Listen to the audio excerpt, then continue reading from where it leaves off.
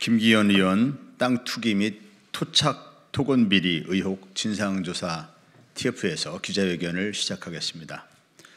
저는 TF 단장을 맡고 있는 황운하 의원입니다. 양이원영 의원님께서 함께해 주셨습니다. 부단장 및 간사를 맡고 계십니다. 네, 그러면 배부해드린 기자회견문을 낭독해드리면서 설명드리겠습니다. 김기현 대표 울산시장 재임 중 울산 KTX 역세권 개발 민간기업 특혜 의혹에 대해서 말씀드리겠습니다. 김기현 의원 땅 투기 및 토착 토건 비리 의혹 진상조사 TF는 그간 수차례에 걸쳐 김기현 대표의 땅 투기 의혹 등에 대해 김기현 의원 본인의 책임 있는 해명을 요구해온 바 있습니다. 울산 KTX 인근 토지 땅 투기 의혹, 역세권 연결도로 노선 변경 의혹, 송전선로 경과지 변경 의혹, 71억 재산 형성 과정 및 땅 투기 의혹, 울주군 상북지구 도시개발사업 땅 특혜 의혹 등이 의혹의 주 내용들입니다. 거듭된 해명 요구에도 불구하고 김기현 대표는 거짓으로 해명하거나 해명을 거부하거나 심지어는 의혹을 제기한 사람을 상대로 고소고발 등 협박으로 일관해 왔습니다. 그렇게 어물쩍 넘어가면 될 일이라고 판단했다면 그야말로 오판입니다. 더구나 이제 집권여당의 대표가 되었기에 김기현 대표의 도덕성에 대한 철저한 검증은 더욱더 절실한 문제가 되었습니다. 그러하기에 시중에는 김기현 대표를 향해 땅 대표, 투기현, 고소고발러라는 웃지 못할 조롱이 회자되고 있는 상황입니다.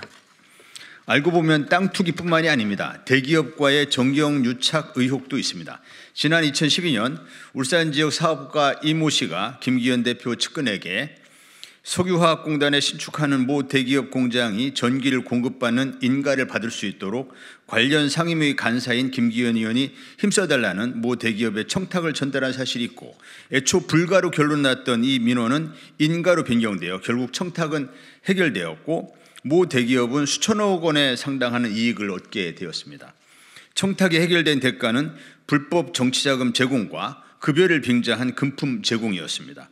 김기현 의원의 측근으로부터 불법 정치자금 제공 요구를 받은 사업가 이모 씨는 모 대기업에 이 같은 요구사항을 전달하였고, 모 대기업은 당신이 우선 해결하라고 하여 사업가 이모 씨는 김기현 의원의 측근에게 수천만 원의 금품 제공과 함께 2,500만 원의 불법 정치자금을 본인과 직원 7명의 이름으로 나누어 제공한 바 있습니다. 그러나 이후 모 대기업과 김기현 의원 측으로부터 별다른 대가를 얻어내지 못한 사업가 이모 씨는 자신은 억울하게 이용만 당하고 결국 손해만 보게 되었다며 자해를 기도하는 상황에 이르렀습니다. 자해 기도에 따라 관련 의혹에 대해 경찰 수사가 착수되자 또 다른 김기현 의원의 인척이 도피자금 제공과 함께 시장 선거가 끝날 때까지 숨어 있으라며 범인 도피를 시도하여 관련자들에게 유죄 판결이 확정되기도 하였습니다. 그러나 대기업의 민원을 해결해 준 대가로 불법 정치자금이 제공된 사실을 모를 리 없는 김기현 의원은 실무자들에게만 책임을 떠넘기며 법망을 교묘히 피해갔습니다. 대기업과의 부적절한 유착 의혹이 이것뿐이 아닙니다. 김기현 대표가 울산시장 재임 중 승인한 KTX 역세권 개발 2단계 사업 의혹입니다. 특정 기업에 대한 특혜 의혹입니다. 오늘의 기자회견은 이 내용을 중심으로 말씀드리겠습니다. 지금 양이원영 의원님께서 들고 계신 판넬에서 보시는 바와 같이 이 KTX 역세권 개발 사업은 1단계와 2단계로 나누어서 진행됐습니다. 그래서 이제 1단계는 수용 방식이고 2단계는 환지 방식으로 진행된 것입니다. 이 부분이 핵심이라고 볼 수 있겠습니다. 이 부분에 대해서 지금부터 말씀드리겠습니다. 울산시는 KTX 역세권을 개발 사업 2단계로 나눠서 1단계는 2008년부터 2014년, 2단계는 2014년부터 2023년으로 도시개발 사업을 진행한 바 있습니다. 그런데 1단계 개발 사업과 달리 2단계 사업은 김기현 울산시장 재임 중 수용이 아닌 환지 방식으로 개발 사업을 확정했습니다. 앞서 진행된 1단계 사업에서 농지와 임야를 가진 개인 지주들에게 평당 50만 원, 70만 원의 현금 보상이 이루어진 반면 2단계 사업은 환지 방식으로 진행됐기 때문에 KCC는 공장 부지를 주상복합 용지로 돌려받게 되었습니다. 해당 주상복합 용지를 같은 구역 내에서 매각된 토지를 바탕으로 가격을 환산하면 1,755억 원에 달합니다. 이를 평당 가격으로 환산하면 864만 원이 됩니다. 특정 대기업에게 10배가 훌쩍 넘는 보상이 이루어진 셈이어서 명백한 특혜가 아닐 수 없습니다.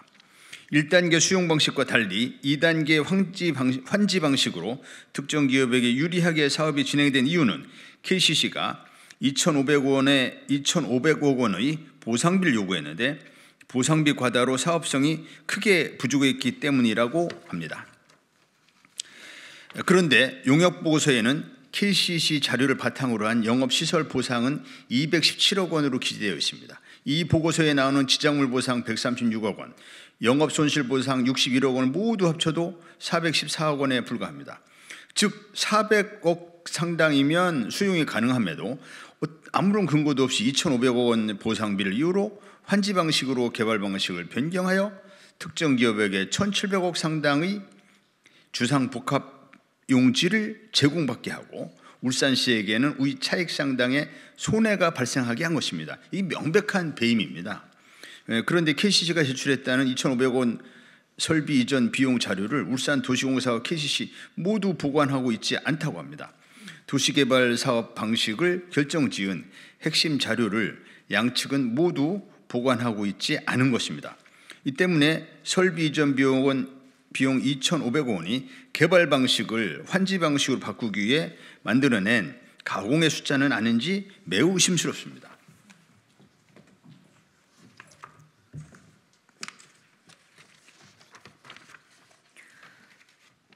또 다른 특혜 정황도 있습니다. 개발 방식 변경 자체뿐만 아니라 세부적인 환지 설계와 평가도 민간 기업인 KCC에게 유리하게 진행하여 특혜를 준 것으로 보이는 정황이 있습니다. 울산도시공사가 지난 2014년 9월 작성한 용역보고서는 환지 설계 방식을 두 가지로 나누어서 공사와 KCC가 받을 수 있는 환지 규모를 분석하였습니다. 기존의 소유한 땅의 가격을 기준으로 환지를 분배하는 평가식의 경우 KCC는 2만 1,921제곱미터의 환지를, 울산도시공사는 3,243제곱미터의 환지를 갖게 되고 면적에 따라 환지를 정하는 면적식으로 계산하면 KCC가 1만 9,354제곱미터, 울산도시공사는 4,648제곱미터의 환지를 갖게 됩니다. 이 때문에 보고서는 KCC는 평가식이 유리한 것으로 나타났으며 도시공사와 국공유지는 면적식이 유리한 것으로 나타났다고 밝혔습니다. 그런데 어떠한 이유인지 도시개발공사는 공사에게 유리한 면적식이 아닌 평가식으로 환지를 배분하기로 결정이 됐습니다. 여기에 표를 보시면 자세하게 나와 있습니다. 이뿐만 아니라 KCC가 최종적으로 가져간 환지는 더 커졌습니다. 양측 간 협상에 따라 애초보다 1만 제곱미터가 더 커진 3만 제곱미터의 주상복합 용지가 할당된 것입니다. 반면 도시공사는 처음 예상했던 것과 비슷한 3,507제곱미터의 일반 업무 용지를 받았습니다. 특정 기업에게 유리하게 환지가 배정됐음에도 울산도시공사는 이에 대해 설명을 하지 못하고 있습니다. 김기현 대표가 울산시장으로 재임 중 승인한 울산 KTX 역세권 2단계 개발 사업은 수용 방식이 아닌 환지 방식으로, 면적식이 아닌 평가식으로 합리적인 이유 없이 1만 제곱미터의 환지를 추가 배분하는 방식으로 도시개발 사업을 진행해 민간 기업은 천문학적인 이익을 얻고 울산도시공사는 천문학적인 손해를 입었습니다. KTX 역세권 개발 사업의 최종 승인권자였던 김기현 대표는, 당시 김기현 울산시장이죠, 위 과정에서 어떤 역할을 했는지, 알면서도 묵인했는지, 적극적으로 개입하여 민간 기업에게 특혜를 보상했는지 여부에 대해 명명백백하게 해명하시기 바랍니다. 더불어 검찰에게 묻겠습니다. 100% 민간 개발로 진행하려 했던 대장동 개발을 공공개발로 전환해서 5,503억 원을 개발업자로부터 환수했음에도 불구하고 더 많은 이익을 환수하지 못한 것이 업무상 배임이라고 우기며 지난 2년 동안 수백 명의 검찰 인력을 동원해 이재명 대표와 가족, 측근들을 상대로 먼지 털기식으로 무리한 수사를 진행한 검찰입니다. 김기현 여당 대표의 울산시장 재임 중 울산 KTX 역세권 2단계 개발 사업 진행 과정에서 특정 기업에게 수천억 원의 이익을 주고 울산도시공사에게는 수천억 원의 손실이 발생한 사건에 대해서도 똑같은 잣대와 똑같은 수사 방식으로 수사를 진행해야 법 앞에 평등이 아닌지 묻고 싶습니다. 살아있는 권력을 상대로 수사한다며 검찰권을 남용해오던 검찰입니다. 살아있는 권력인 여당 대표를 상대로 성역 없는 수사를 진행하는 결기를 보여주기 바랍니다. 내 편은 덮어주고 다른 편은 반드시 죽인다는 검찰을 향한 국민들의 불신을 털어내는 공정함을 보여주기 바랍니다. 2023년 3월 28일 김기현 의원 땅 투기 및 토착 토건 비리 의혹 진상조사 TF. 감사합니다. 여기에서 보면 마이크 쓰실까요? 마이크 쓰시고 설명을 하시죠. 제가 들고 있을게요. 아까는 이제 1단계, 2단계 그 지도를 보고 설명을 드렸고, 지금은 이게 수용 방식에서 환지 방식으로 변경돼서 이게 어떻게 그 모 대기업에게 1,755억 원 상당의 주상복합용지가 제공되는 그 특혜가 제공되었는가를 이제 도표로 표시한 것입니다. 이게 용역 보고서에 보면 414억 원이면은 이게 충분히 수용이 가능한 이런 땅에 대해서 결과적으로 1,755억 원의 주상복합 용지를 제공하게 된 것이거든요. 엄청난 특혜가 된 것이죠. 이거하고 그다음에 이제 이 환지 분배 방식을 평가식으로 했을 때와 면적식으로 했을 때, 평가식으로 하면 그 대기업에게 요 KCC에게 엄청난 이익이 돌아가는데, 별다른 이유가 없이 이게 평가식으로 바꾼 것이죠. 결정한 것이죠. 이런 부분이 그 KCC에게 대단한 특혜가 제공된 것인데, 그건 그만큼 또 울산도시공사 또는 울산시에게 손해가 끼쳐진 거거든요. 이걸 배임이라고 부르는 겁니다. 이거를.